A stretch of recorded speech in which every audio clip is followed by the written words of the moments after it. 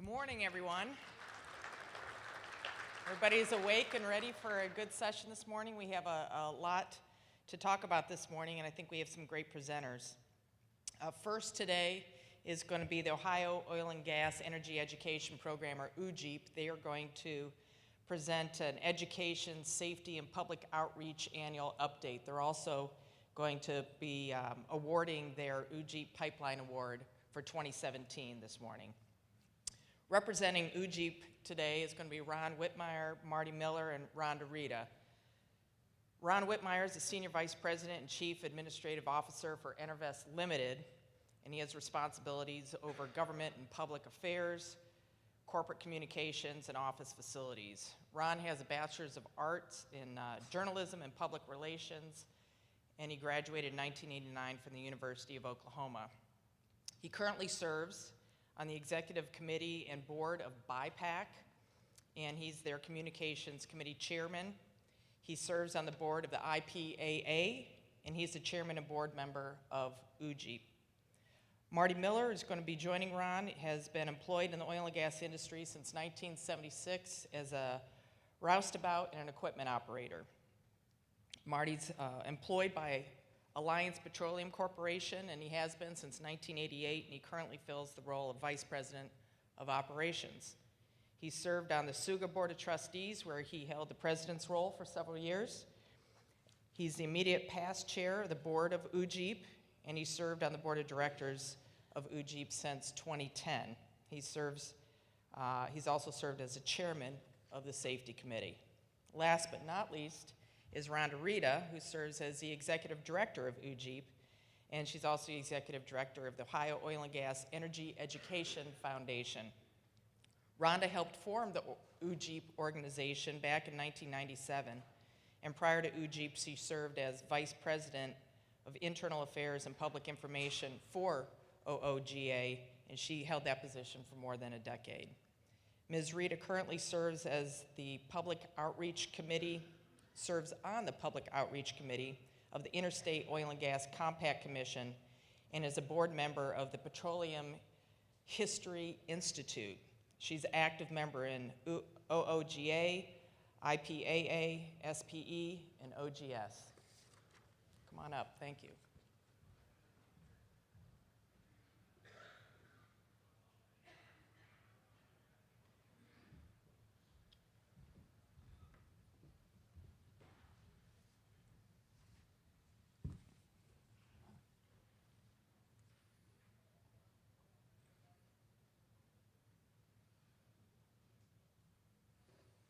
Thank you, Kristen.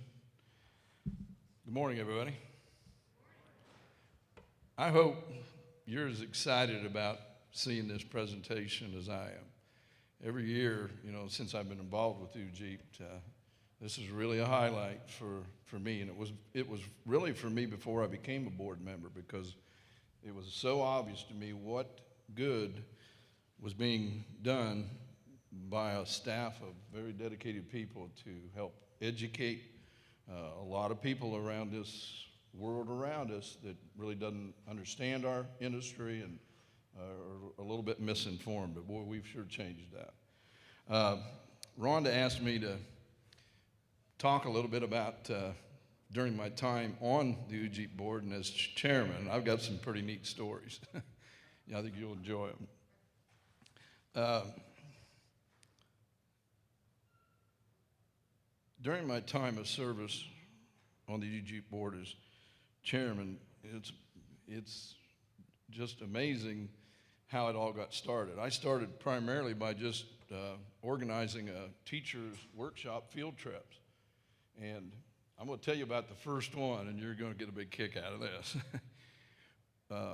The plan was, they've been holding those teacher workshops at Marietta College for many years, and I've always worked for my whole time with Alliance Petroleum out of Marietta, and so it was pretty easy for me to try to organize a field trip to go around and look at some wells and different things in the oil patch. And year one, the initial plan was that we were going to use a number of large vans to haul the teachers around. Well, we had a lot of teachers, and it didn't work out. We couldn't get the vans, so we ended up with a big tour bus, and we had everybody loaded on it. Well, I had routed this field trip starting out by going up Route 7 and going to Miller Supply and up to the big tank farms up along Route 7 on the Ohio River. But then we were going to tour through the countryside out around a bunch of well sites and things like that. Well, I had planned to use a van, not a tour bus. Now, I can honestly say that first trip brought all of those teachers and everybody riding on that bus much closer to God. And it improved their prayer life immensely. I remember seeing over there Rhonda having her hands on the front of the seat in front of her, and her knuckles were white. But we survived. We got through the trip. And it was really, it was quite an adventure. And over the years, those field trips really became that for many of those teachers. I wished I had kept track of how many times those teachers asked me to try to help them find a job for a nephew, for a son, for a grandson or a granddaughter, to put them to work into the oil industry. They saw, I'm sure they saw, as we went around and visited those wells, many of them that we had drilled at Alliance Petroleum and things like that, and showed them how the oil field operates. And so they saw something in me. They saw in my eyes and in my voice of something that was a little bit different than most people had as they worked through their careers. They wanted to find a job for their children and their relatives that could develop that kind of passion for what they did. I have told people over and over and over, the oil and gas industry is the best industry in the world. There's a different group of people here. They have a different work ethic, and they have so much more to offer. And those people saw that, and that was a message that OOGEEP has continued to convey to many, many people. That teacher's workshop things are some of the greatest things that we've ever done. Sarah has been a great part of getting that accomplished. My next story, though, was about, this is really interesting. There was a good friend of mine who had an old active shackle line lease. I don't know if you know what, many of you know what that is, but it's always a central power that runs all of the wells that are connected by cables, and there's a power unit that strokes the cables back and forth and pumps all the different wells. And this particular lease had an old Bessemer one-lung engine that had a fire tube. Now, a fire tube was the spark plug. You had to actually get it glowing red hot. You would fire the engine over, and they would sit and run, and they would thump and thump and thump. And we explained how it all worked, and we wiggled the tour bus the whole way around the countryside and finally found a place and pulled in, got everybody unloaded, and the old boys got the engine up and running and started, and they started pumping the wells. Well, they just so happened that they had a water knockout that separated the water and oil. Oil went into one tank, water went into the other. And it had a lid on top of it, and we could all walk up to it. So when they started pumping the wells, everything was running. All of a sudden, the oil started flowing into the water knockout. And they were all there and intrigued. It was like watching or seeing gold in a sluice box or kids in a candy store. They were amazed that there was money running into that water separator, what we call a knockout. Well, shortly, just like all shallow wells over most of southeastern Ohio, the wells change over from producing brine, or from producing oil to producing brine. And the brine started flowing out of this one of the flow lines into the separator. And I'm standing there, and all the teachers are standing around, and I stick my finger right down in the water flow, and I taste it. And I said, yeah, that's engine water. And almost immediately, 6 or 7 of them teachers stuck their fingers right in that water and tasted it in their mouth. Now, there was still just a little bit of color in the water, and I'm sure they got a little bit of taste of oil as well, but none of them died or anything like that. But they all went away, what I say, getting a little taste of what the oil business is all about. And they were extremely excited about how that all happened. You know, there are a lot of things that, bring me a lot of happiness and fulfillment from being a part of OOGEEP. You're going to get to see it here. Rhonda's going to show you some amazing things that we've accomplished here. A couple of other things. This booklet right here, this Careers in Ohio series that we have initiated here is one of the most amazing things that you'll see. Get some of them. Take them with you. For those of us who work in this industry, hand them to people who are looking for jobs or young people who are looking for careers. There is no better way to help build. And I'll say this, I've been saying this very regularly to a lot of people in several other organizations I'm involved in. We have got to have the initiative to mentor young people and bring them into our industry and train them and help them to get a passion for our industry similar to what many of us have had all of our life. That is the only thing that's going to carry us on, folks, and we need to be working very hard to do that. So I've got something good to say about something else that has been a great initiative for young people here coming up this morning. So, there's other things. I'm very proud of the fact that we were able to develop our safety aspect of OOGEEP. With the help of Charlie and with Rhonda and the staff, I can honestly say I know there are people who were able to go home safe at the end of the day to their families just because of what you guys have all done in helping support that. So for that, I'm very, very proud. We'll try to move along here. We want to move to our pipeline award. This is an award that I've been very lucky to help participate in, and including presenting some of the awards and stuff. The past recipients that now include Bob Chase, who was a close friend of mine I was able to present to, and Brent Gates, Jane Hunt, and Judy Pulowski were great recipients of our award and stuff. And we have some great people to add to the list here today. This year's winners are Mike Jones and Tim McNutt. Mike is the executive director of Camp Manitowoc. Tim McNutt, a very close friend and colleague of mine from Dominion, has been there for a long time. Through their hard work and stuff, they have been able to present now over 500 Boy Scout merit badges. It's called the Oil and Gas Engineering Badge. We're going to let Tim talk about that a little bit here in just a little bit. So if you would, Tim, will you come up right now, and would you please play that video for us?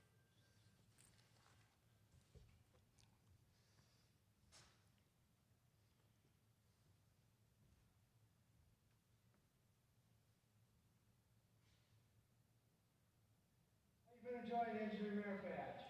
Fun, I love it. Yeah. Cool. Engineers fix things and solve problems, and I like to fix things and solve problems too. Yeah, everybody likes to build stuff. I mean, if you got a science mind, give me some Legos and away you go, man. You just build stuff. I like building things. I like experimenting with things.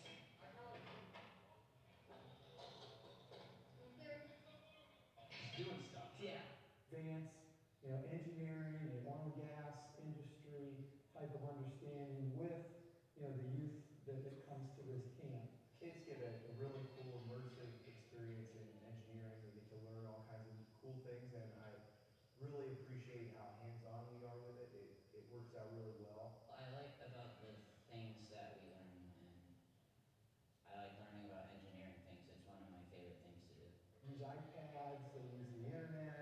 build rocket cars, they build simulated pipeline systems. We go over the engineer's creed and how it relates to scouting. The scouts get a chance to go out to actual physical wells here on the property. This merit badge is very, very career oriented. So there's several requirements that deal with careers and different things that engineers do. And they take a career assessment portfolio and figure out what they might like to do with their lives as they grow older. And part of what scouting does is it helps, young men prepare themselves for their whole lives. I think it's pretty fun.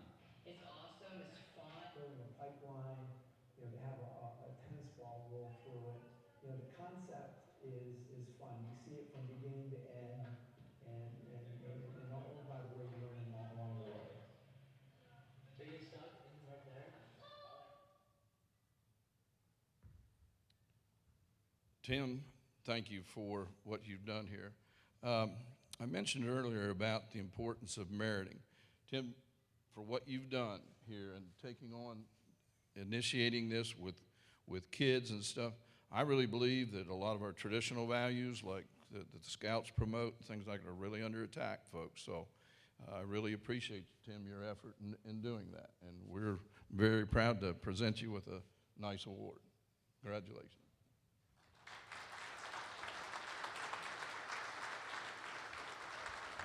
I've asked Tim to say a few things about how the merit badge was initiated as well. Go ahead. Thanks, Marty. Let me just start. One thing from that video. Did you see that Michigan hat?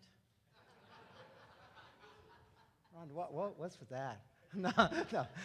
With that said, let me, real quick before I talk about the merit badge, let me just quickly talk about our Dominion East Ohio's relationship with the oil and gas community in Ohio.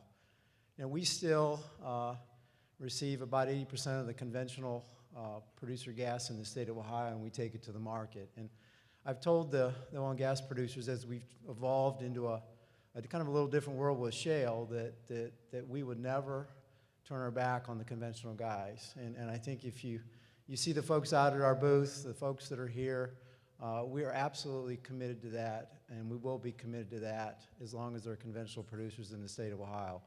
And moving to Utica gas is another part of our business, and it's exciting. But our foundation is our conventional folks, and this partnership we've had with the Ohio Oil and Gas Association for 100 years or so. So first, I'd like to just quickly thank. When you think about the partnership, and I've had an opportunity to work for Dominion. Dominion has a foundation, and the interest in the goals of our foundation align perfectly with OOGEEP.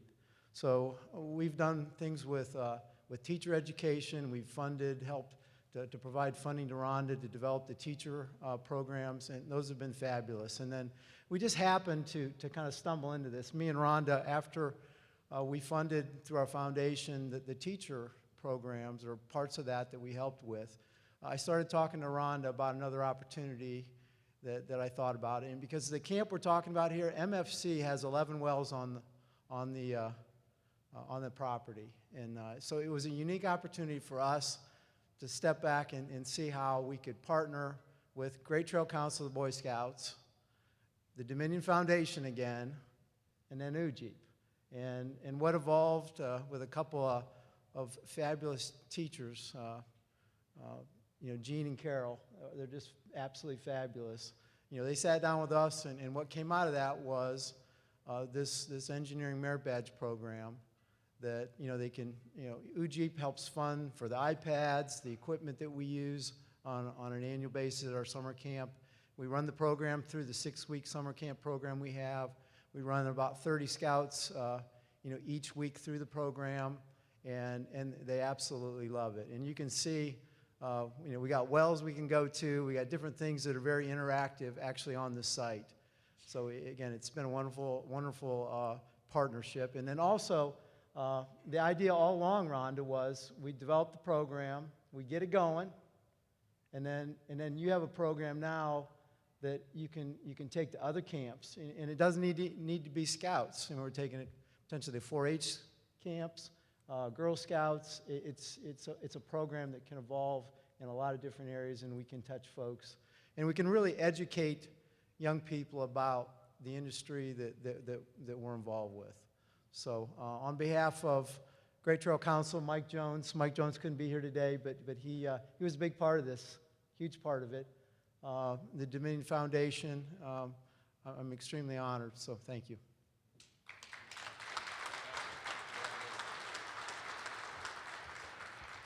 Thank you, Tim. It's great to work with people like this. He's quite a guy. He's in a very elite crowd. He's an Eagle Scout, so's Mike, and that says a lot about his character. We're going to move on. This is the best part of our presentation here, and here's our tiger, Rhonda Rita.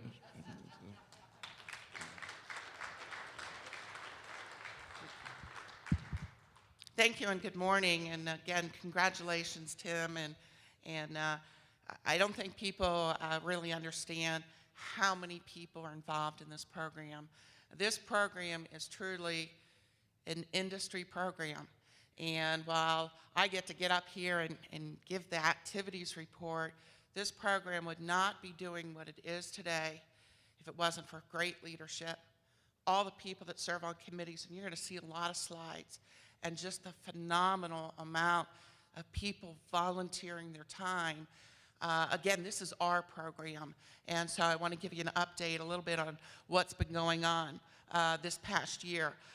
First off, in terms of budget, we always disclose this every single year. This year, our receipts were just a little over $3 million. Now, one thing I do want to point out, because some people will say, wow, that's a big jump from the year before, we had two significant factors in there that we will not ever see again.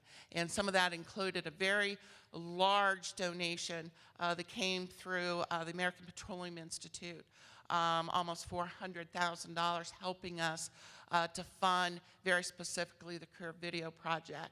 Also, as this industry has also evolved, we've been challenged in bringing in new folks into those assessments. So this was very unusual, and a lot of this took place at the end of the year. So again, just a little bit unusual year for us, and Ron's going to get into a little bit of a difference. We were also very lucky this year because we had anticipated about a 50% reduction already in the assessments, and given the downturn in the industry, just cannot believe the number of people that contribute to this program. And again, we wouldn't be able to do it in PDC yesterday at during trustees meeting of OOGA, gave us a $20,000 donation, and this year they know we really need it in order to go through those programs. So greatly appreciate it. You can see the way our disbursements are. We have so many different programs. And let me just give you an idea. Last year alone, we had 85 different public events going on. That's more than one a week. Some of these are 3 days, some of these are 4 days. Sometimes you get in at 2 in the morning, you get this. It's the oil field, we're in at 2 in the morning, you're back out at 6. You're talking to, we presented 2 weeks ago at the Governor's Summit in DC. By the next morning at 7:30, we're talking to third graders at COSI. Turn around the next day, and we're at the Ohio Township Association meeting. So these are the kind of events that we are doing. In addition to OOGEEP and our assessment funding, again, the majority of that being funded by Ohio producers. We do have a separate foundation. Last year, that foundation raised $46,000. Given the downturn in the industry, again, I just cannot begin to thank everybody enough for the support. We raised $46,000. Guess what? Every year, we spend what goes in, 100% of that going towards the scholarships. And last year, we were able to award about $50,000 in scholarships. Chris Kimball, of the money that was raised, that $46,000, Chris, I'd like to acknowledge you and stand up, because $10,000 of that came from Chris Kimball and the Kimball Foundation. And so it's greatly, greatly appreciated. So let's talk about what we have done with your funds this year. 2,856 teachers. Sarah Tipka, that is a lot of 35 and 40 teachers at a time. When you do the math and you look at the outreach that to their students, that has allowed us to outreach to almost 2 million students, okay, each year. And this is just phenomenal. 1,463 Ohio schools, and again, all 88 counties. That's just unheard of. Sarah, I mean, you can attest to this. We continue, despite our best efforts, waitlist. And, you know, Marty, as you mentioned, you know, the change in these teachers. I remember one of the teacher workshops we did, and we had a lady, she was so excited with her fanny pack that said Sierra Club on the front of it. By the second day, it was turned around with her sweater covering it, okay? It's not propaganda. This is science, and most of these science teachers, they get it. And they have become some of our best advocates. So thank you so much for supporting those. What do we do at these STEM workshops? We teach about formation because it's a requirement. It's a science standard.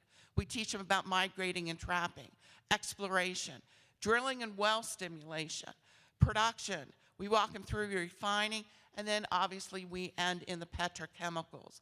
The classroom portion is important, but we could not complete that without the field trips. And Marty, you did a great job explaining some of these field trips. This year, I just want to acknowledge several companies. Again, we could not do it without them. Antero Resources allowed large group to come on their well pad. Dominion, the Chippewa station, compressor station. Intervest Operating. FQ Energy Service went to an injection well. Ken Miller Supply. Marathon Petroleum. By the way, when we pulled up in the tour bus at Marathon's facility, that is the largest tour that has ever taken place at Marathon's refinery. And again, you just can't thank everybody enough for allowing us. Stark State College. And then we like to do the history, so they also had a wonderful time at the Thorold McKee well. This year, we also initiated a geology subcommittee. The High Department of Education changed rules. And those rules about 10 years ago said, geology's gone. Geology doesn't need to be taught in middle school or high school. It's gone. Okay? For many of us, it was very, very, very frustrating. Well, guess what? Department of Education said, this year, it's coming back. It is now a requirement in middle school, yay, and it will be elective in high school. What that did is we had all these science teachers all of a sudden going to have to teach geology when it's been gone that long. They're like, help us. And what we did on a very fast track, as you can see, Greg Mason, where's Greg Mason? I know he's in. Greg did a phenomenal job as the chair of this committee. And you look at the diversity that we had on this.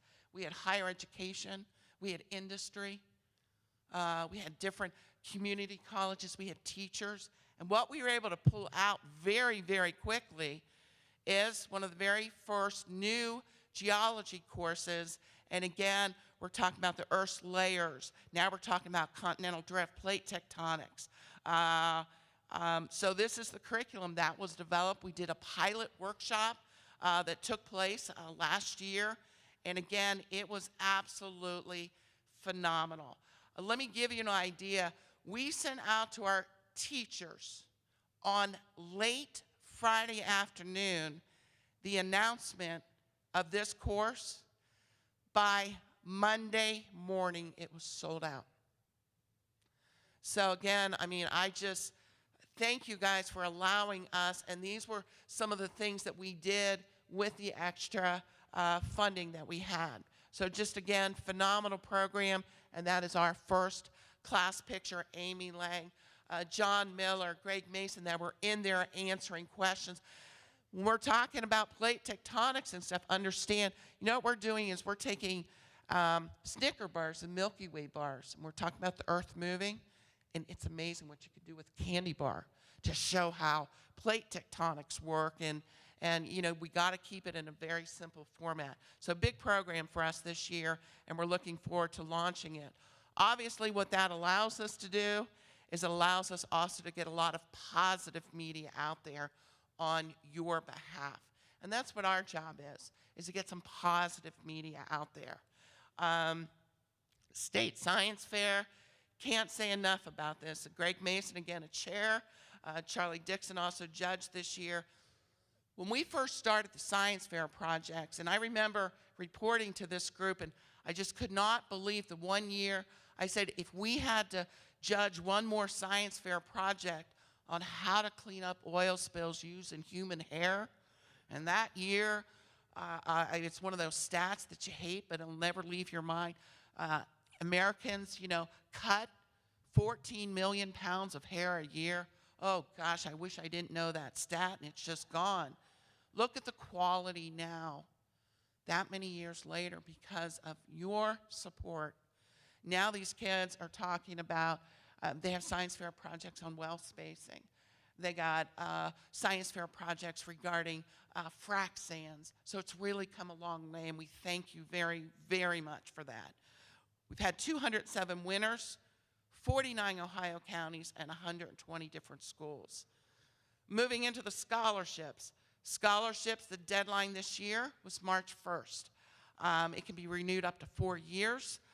They have to have a major related to oil and gas, GPA of 2.5 or higher, essay, and again, these scholarships is a program that's run through the foundation. Last year we awarded 50 scholarships. Again, you saw the budget on that. These kids were just absolutely phenomenal. Overall, 301 scholarships to date, 31 different colleges, universities, and tech schools have been represented, 49 different counties, 39 different majors. So whether they are a welding student, or they're a petroleum engineer, or geology. And then we've also had 6 students from 6 different states, but they were attending Ohio colleges or universities. Scholarship committee, is Debbie Quackenbush here? Debbie, how many scholarships did we just get in? We're still getting them in? Okay. Sarah Tipka, Chris Kimball, many of you that are serving, Mark Lytle, phenomenal. This is your scholarship committee that takes the time to score each and every one of these applications. So next meeting will be coming up April. Again, gives us another opportunity for getting you positive media and talking about the great philanthropy that you do here in this industry. The scholarship is funded through general donations, as we mentioned earlier, industry training proceeds, and also through memorial contributions. Last year, again, thank you to everybody that helped fund all of those scholarships. Wish there was time to recognize each and every one of you. And these are also the donations that we do not like to receive, but also want to recognize that we received memorial contributions with the passing of Matt Connell and also Ray Mazza, who, again, those aren't the type of donations we'd like. In addition, we also received a lot of memorial contributions this year, and the family very specifically requested that donations be sent directly to the foundation. And Charlie Mason, wonderful man. Many of us in this room know Charlie. And then Marguerite Mason passed away this year, and the legacy and the people that they left behind and their family is just remarkable. And because of the significant number of donations that came into the family, we would ask John Mason and also Charlotte Pierce if you could come up here and please accept a plaque in memory of both your mother and father.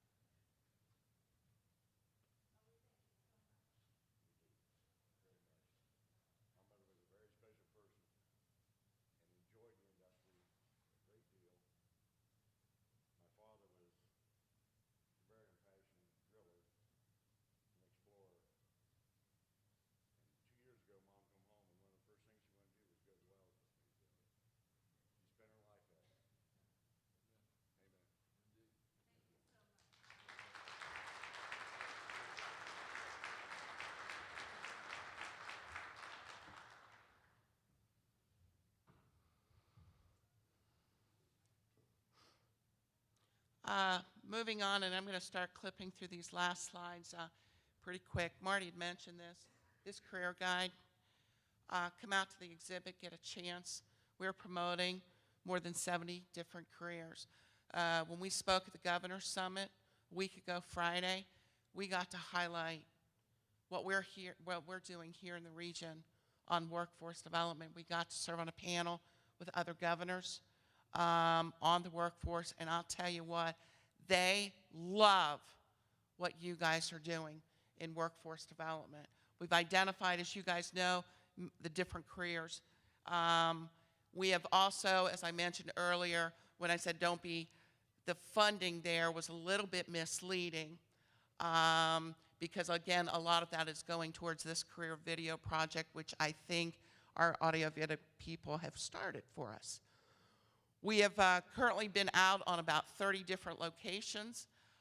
We thank all of you that are allowing us onto your locations so we have an opportunity to identify the different careers, promote the different careers, and I know a lot of you are going to be using these career videos as you are looking for new employees or trying to explain a particular job position.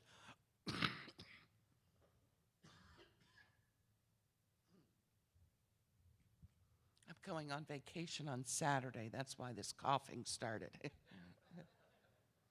First time, again, we were able to use drone technology as well. The video crew that we're using, these folks are phenomenal. Any of you that are country music fans, Luke Bryan, they're the same folks that just shot the Cabela video, hunting, fishing, and so just the quality of these videos is just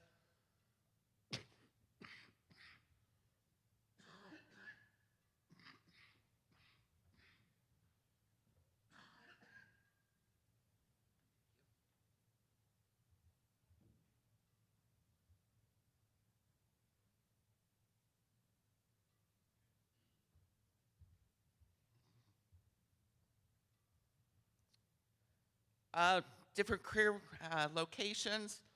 This is where we've shot so far, and again, so many of you, I can't thank you enough for letting us on your locations. Emergency response training program, a little over 1,400 firefighters now. Charlie Dixon, where are you? Phenomenal job, our lead firefighter. Absolutely phenomenal job. 314 Ohio fire departments, 49 Ohio counties, and 7 other states. That's what we're doing with the funding that you guys are providing for us. Continues to be endorsed by some very important people, the Ohio Fire Chiefs Association, Ohio Society of Fire Service Instructors, and the Ohio Fire Emergency Services Foundation.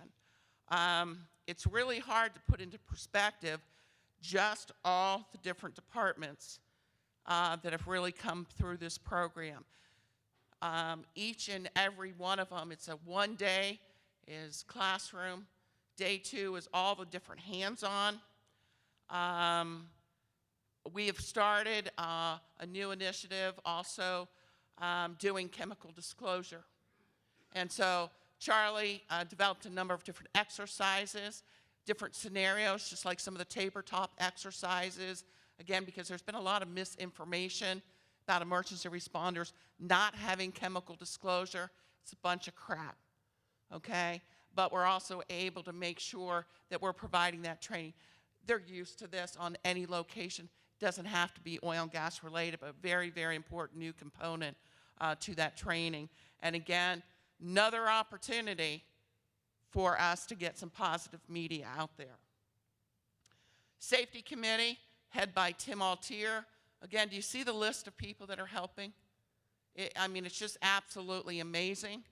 We completed a number of different safety programs this year based on what the oil and gas industry wanted. We held 4 workshops in 2016.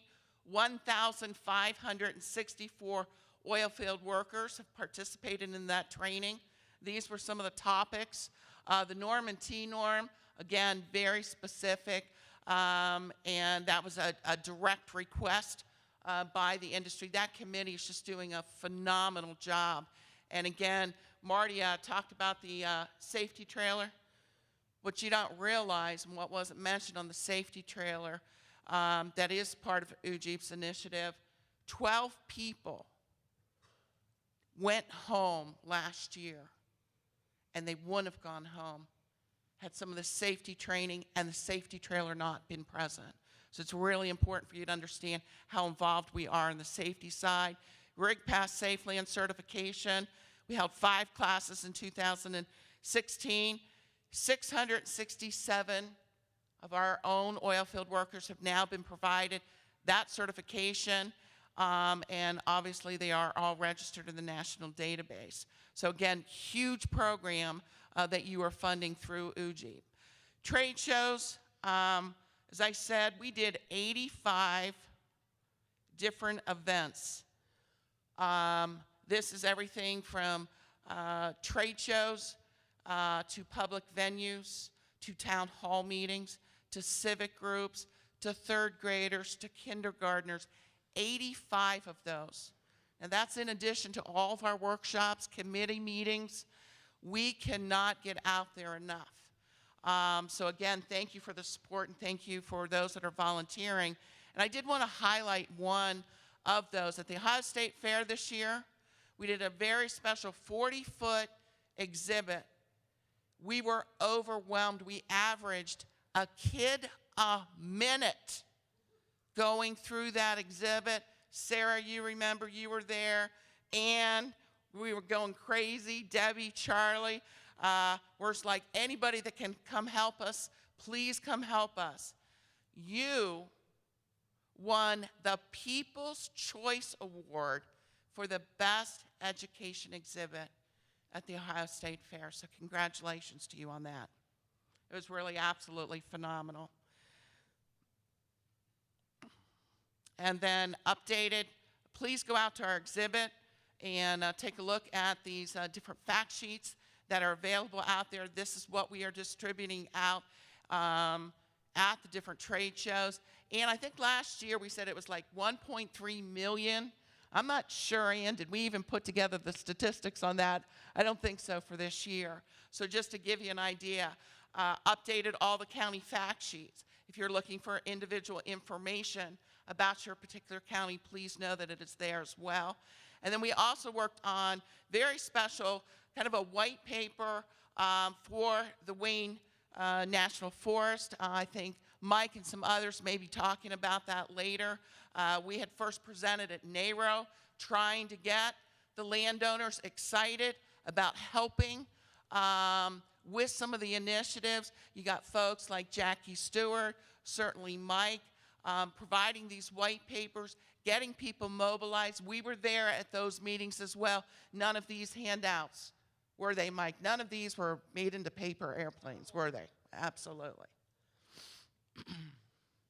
And then finally, make sure you stop by the exhibit. As you know, our new word we started using was fractabulous, because we are a fractabulous industry.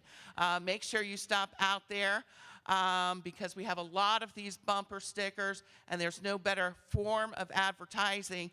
And I wanted to introduce you to our last two. This one I just put on my car a couple weeks ago. I got people stopping and taking pictures. I have my car parked right now, right beside where they're doing the electric plug-ins. Perfect. Anyway, getting a lot of attention. But probably the one I really like is this one. There are 2 types of people in the world: oil field workers and those that wish they were. Okay? What do you think? So with that, it really does take strong leadership. It takes a lot of committees, takes a lot of volunteers. And again, I just want you to look at these lists of people. It's not me, it's not our staff, it's not just the board. It is everybody working together, and there are so many people working together. And with that, that leads me over to our new chairman of our board, and that is Ron Whitmire.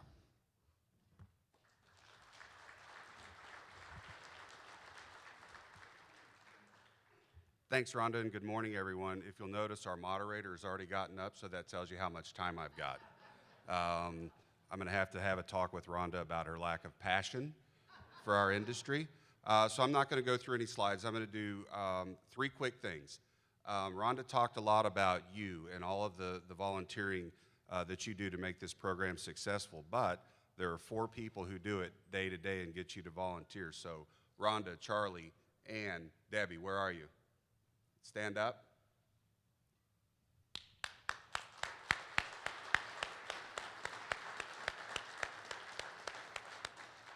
Thank you all very much for everything that you do for the industry. Second, you will have noticed, I hope, that Marty and I both have designer buttons on because we voted. There's a referendum on OOGEEP to make some changes. Please go to the OOGA booth and vote. You can read the language there. I won't take your time with it now, but we need you to go vote, and you'll get a button like us. And then lastly, I want to thank Marty. When I came on to the board of OOGEEP, Marty was the safety committee chair, and I saw the things that he had done with the safety trailer and the safety training, and there are now 80, how many people on the safety committee? It's our largest committee, and that's all thanks to what Marty did.